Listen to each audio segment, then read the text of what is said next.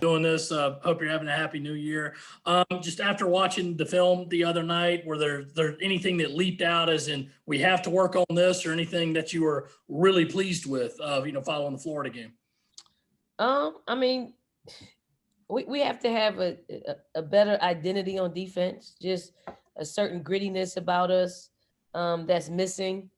We compete, but we got to compete at the level of what people are bringing to the table, meaning we're the hunted, and we can't act as if that's not the case.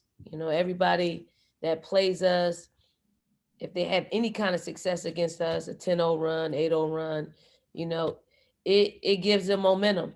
So we got to create some energy for ourselves out there on the floor. I think we are still trying to get our wind under us. We took 7 days off, and it takes a little while to ramp back up.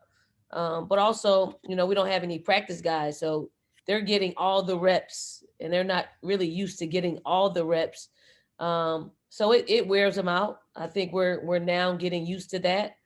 I thought at times we did a great job at finding who was hot. I thought, for instance, Zaya gave up some probably some bad shots she could have taken, and kicked it out to Aaliyah for threes and mid-range jumpers. We just still have to have that linking up, that connectiveness on offense. And slowly we're getting there. We're still very young, different basketball club, and we can't judge our players off of last year. That's totally unfair to them.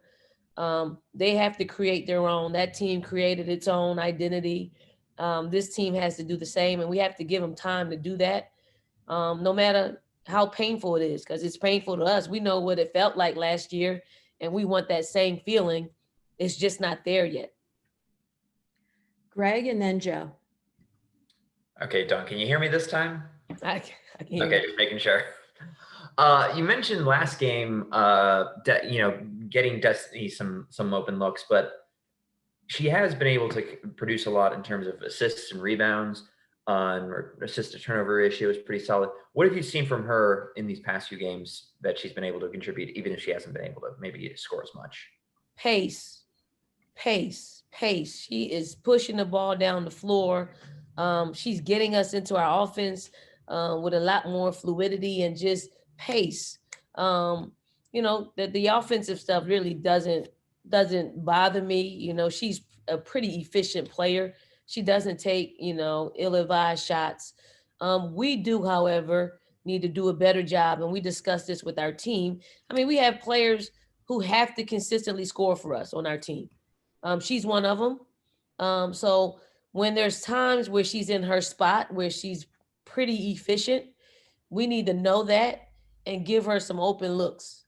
That's how you help, the flow. She is one of those players in which, she needs to hover right around the double-digit mark for us. And when she doesn't get there, it does play heavy on our offense, because, if she's not hitting, you can lean in a little bit more and clog up the paint. But she's got to find areas in transition to score. I mean, she got reared off of her mark, her direct line drives in transition, and made her take a bad shot. I think we've discussed it with her. I think she's done a great job the past couple of days, and just stand on her line to get to the basket, because she's very efficient when she does that. Joe, and then David. Well, Happy New Year again to you, Coach. I'm curious, you mentioned how you can't compare this year's team to last year's team. So when you look at this year's group and trying to foster the relationships to help build the leadership, especially with some of your younger sophomore players, how do you go about managing that process to help them find their voice and accept those leadership responsibilities to help this team reach its full potential?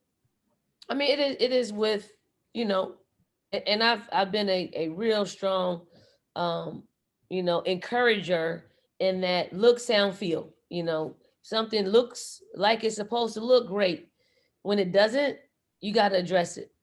And you got to address it with communication. And for this this particular team, I take any kind of communication that will ruffle their feathers a little bit.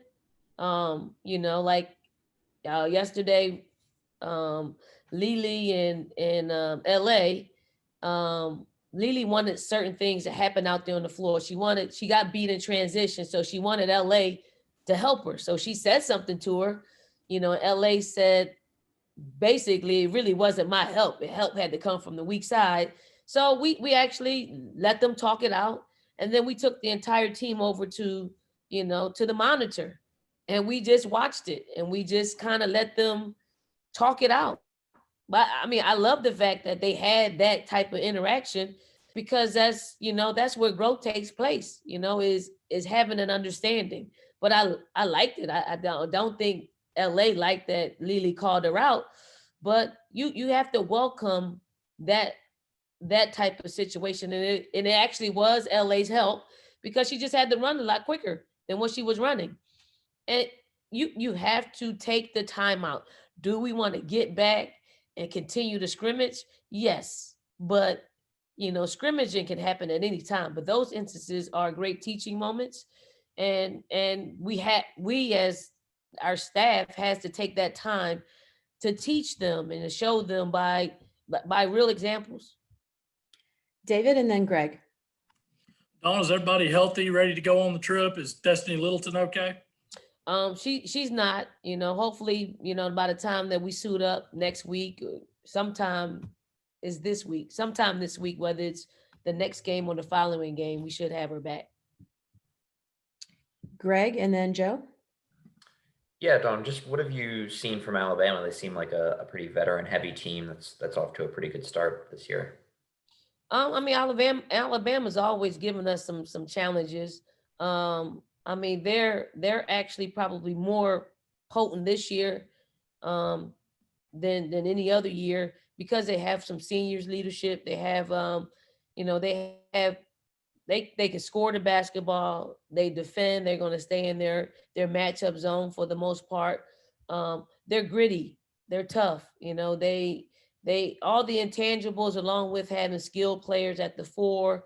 They got a great point guard that they slid over, and she's playing some two now. And anytime you have 2 point guards on the floor, you can have some success. And as Jordan Lewis, but they all do certain things well. Again, they're going to be calculating and try to find the mismatches on the floor. But Jasmine Walker is definitely a pro, because she's very, very skillful, and she's selfless, and she's selfish when she needs to be.